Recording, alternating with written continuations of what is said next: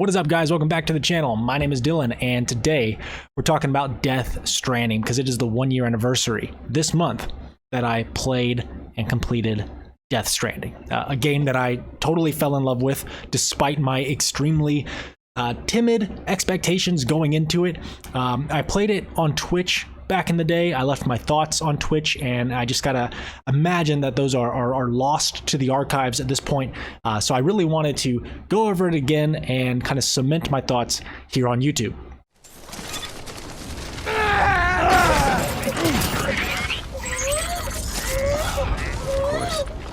Now, this game obviously came out back in 2019, very divisive when it came out. You either loved it or hate it. You know, you had one side of people saying, oh my gosh, like this game is so boring, it's a walking simulator. You know, how can you have fun playing this game? Where is the fun? There is no fun. Hideo Kojima, how could you? Where's Metal Gear Solid 6? Then you had the other side who absolutely loved the game, and they're kind of like, oh my gosh, if you don't enjoy this game, you must have a lower IQ because you do not understand the intricacies, the delicacies of this incredibly developed and written and layered video game experience. And then I'm kind of left in the middle like, is this game good or not?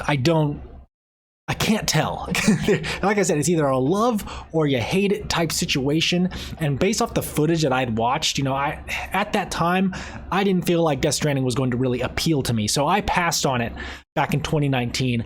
And it wasn't really until my own brother streamed the game. Of course, Miles did his whole charity stream where he set up a treadmill and played Death Stranding while walking on the treadmill. So every step that Sam Bridges took, Miles took. He trekked across America. And he raised a lot of money for charity in doing so. It was very cool, very cool. Hideo Kojima himself even like shouted it out. It was a big deal. And so I watched a good chunk of that stream, and that kind of left an impression on me like, okay, it doesn't look too bad. And visually, especially, it looks really gorgeous. And then, of course, I talked to my brother. I was like, what do you think of the game? What are your overall impressions now that you've completed it? And he spoke very positively of it. And then there was one last thing that kind of pushed me over the edge, and that is Sony announcing a Death Stranding Director's Cut. Next-gen release for the PS5. It's going to have extra content, extra items, and tools that you can construct. And I kind of took that as a sign. Like, okay, this is my time. This is my time. I've been waffling on Death Stranding for so long. I need to go ahead and just take the plunge. You know, it's finally time for me to play this walking simulator and see if it is going to appeal to me or maybe leave an impression as so many had touted. So I was very curious. It was almost like an experiment for me to kind of just jump into this game and hope that it was going to be good or hope that it was going to be for me. And it should go without saying, I fucking love this game. It was so different, so fresh, you know, such a fresh experience that we haven't seen, not just in the open world like genre, but just in AAA gaming in general. You know, if you're looking for a unique and different experience, a lot of times that's like the indie scene, right? Because that's how indies sell. They have to kind of hook you with a crazy out there wild mechanic, right? Because they don't have the budget for big flashy graphics and huge expansive open environments a lot of the time. And so in the AAA landscape, where it's kind of the bigger companies and they're taking investments, they're taking risks on every release that they fund, they are a little more timid, a little more nervous to try something wild and crazy and out there and new in concept. That's why a lot of games in the AAA landscape do kind of feel derivative of one another, right? They're just kind of borrowing mechanics and borrowing visuals and assets and ideas from each other, mixing them all up in a blender, and then you're coming out with a new game for it. That's why a lot of first-person shooters feel very samey. Even those with different tones like Halo and Call of Duty, they still, you got a gun, you throw grenades, mobility is like a big focus, and that's a first-person shooter. But then sometimes you have a game in the genre that does kind of something different and redefines the genre.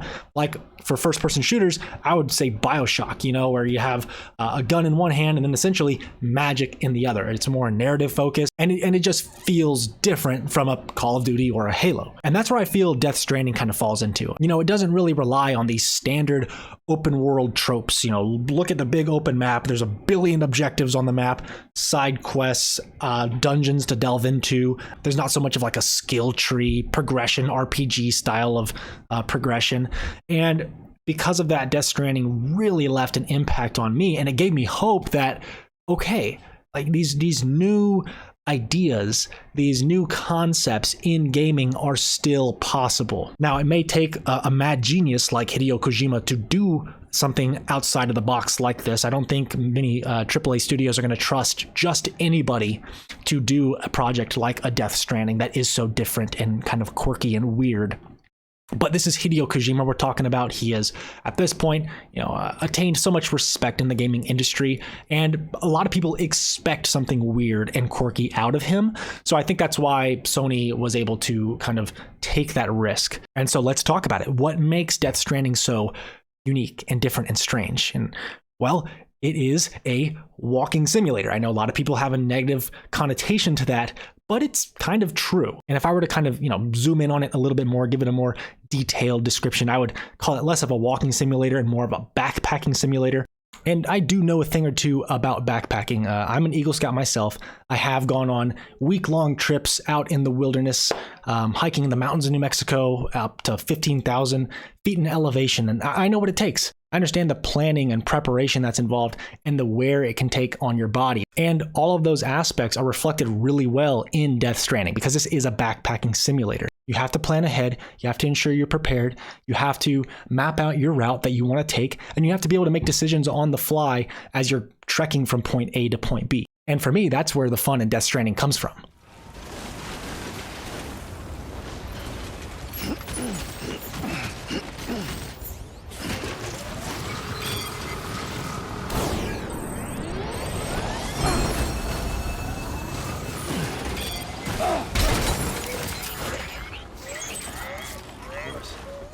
So yes, you heard me correctly.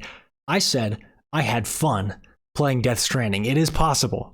It is possible. So let's talk about the gameplay really quick, kind of dissect it to see how do you have fun playing Death Stranding. And really it comes down to the gameplay and its three different sections. First, you have the preparation phase, then you have the execution, and then the delivery itself and the rewards you reap, which will allow you to, make upgrades, craft new items, and affect future deliveries. So starting with the preparation phase, obviously this revolves around looking at your map and creating the route that you want to take from point A to point B, and looking at all the different obstacles that you're going to have to overcome along the way.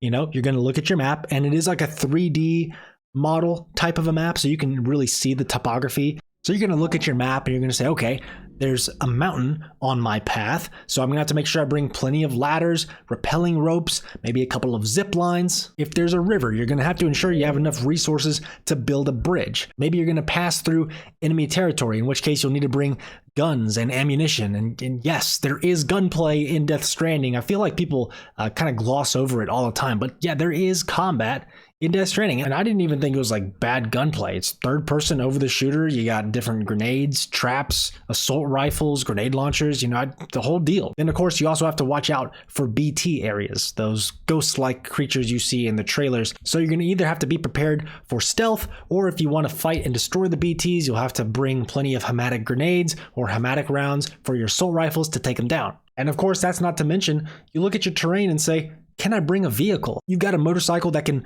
generally get through most terrain. You also have a truck that can go through deeper waters and carry a ton of resources in the back. So if you know you're gonna have to build a bigger structure, you'll want to bring a truck with you. Or even if it's just like open roads, like built highways, because you can build highways in this game, you can bring one of the sports cars and just like fly across the map in no time. And honestly, this is just scratching the surface. There are so many tools, items, unique structures that you can build and mechanics based around them. And the further you go in the game, the more items and structures you unlock, which increase the possibilities and areas to explore.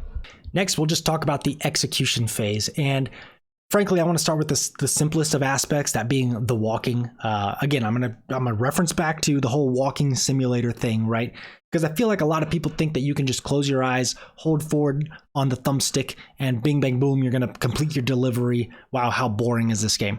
Not true. You have to maintain constant attention, and there are going to be literally hundreds of big and small decisions you make during the execution phase. Of course, your character, Sam Bridges, he's carrying this huge backpack, and at some points it is like towering over your character, and it really throws off his balance. And you have to use the triggers to kind of maintain your character's balance. So as the player, your eyes are constantly looking at Sam's feet and his hips, ensuring that he's walking on the smoothest terrain possible. And if he's not, you'll have to use the controller's triggers to offset that weight. When it comes to the bigger decisions, sometimes it's because your preparation wasn't good, or maybe you just misjudged something. I can't tell you how many times I looked at my map and I misjudged the width of a river or the height of a mountain. And suddenly I realize I'm halfway up this mountain and I don't have enough items. I don't have enough tools to make it to the top, and I'm going to have to change my route on the fly. But honestly, that creates some of the most interesting moments in Death Stranding. But don't worry, if you screw up,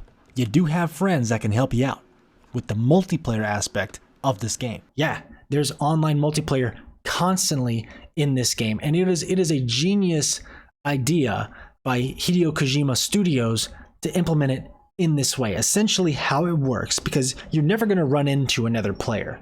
You're never going to see another Sam Bridges in your world. But the way it works is if you build a structure in your world, there's a good chance that it's going to appear in another player's world. There were several times where I was walking around the world, doing one of my deliveries. I'm approaching a river that I knew was coming, right? In my preparation phase, I planned for it. I got enough resources to build a bridge.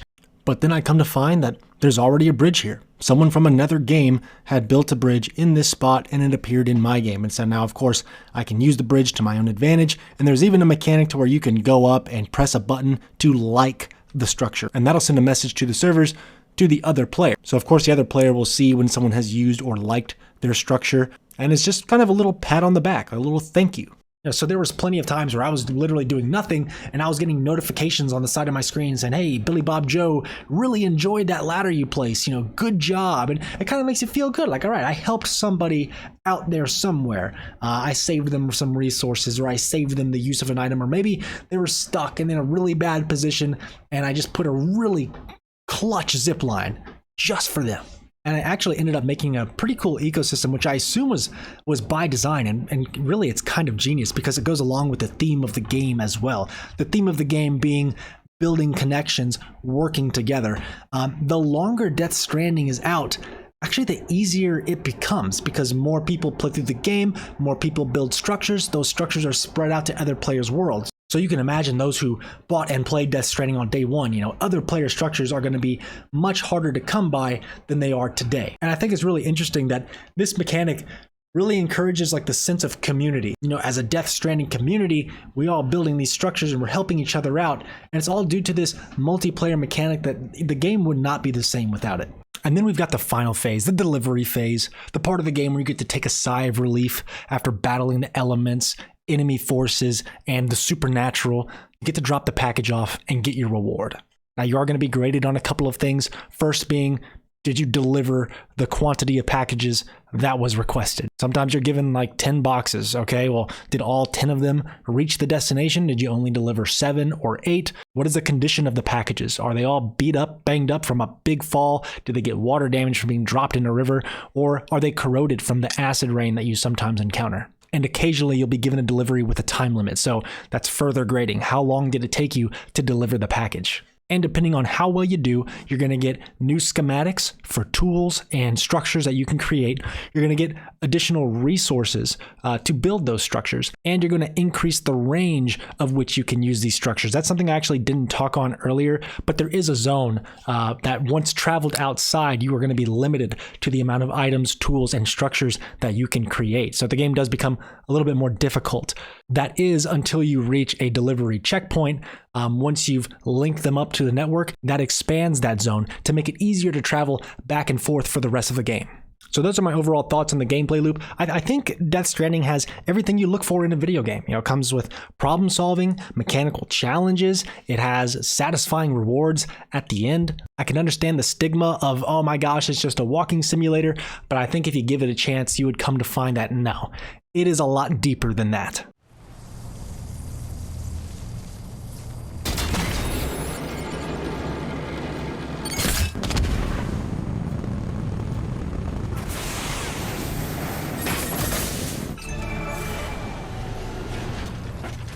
Now, this is the part of the video where I could talk about the amazing story, the convoluted twists that only someone like Hideo Kojima could think up, the amazing voice acting and mocap acting. I could comment more on the incredible visuals and the top tier soundtrack, but frankly, that would double if not triple the length of this video. And frankly, I think that stuff is great to experience on your own during your first playthrough. So I think I am going to go ahead and wrap the video up here. Guys, leave a comment down below.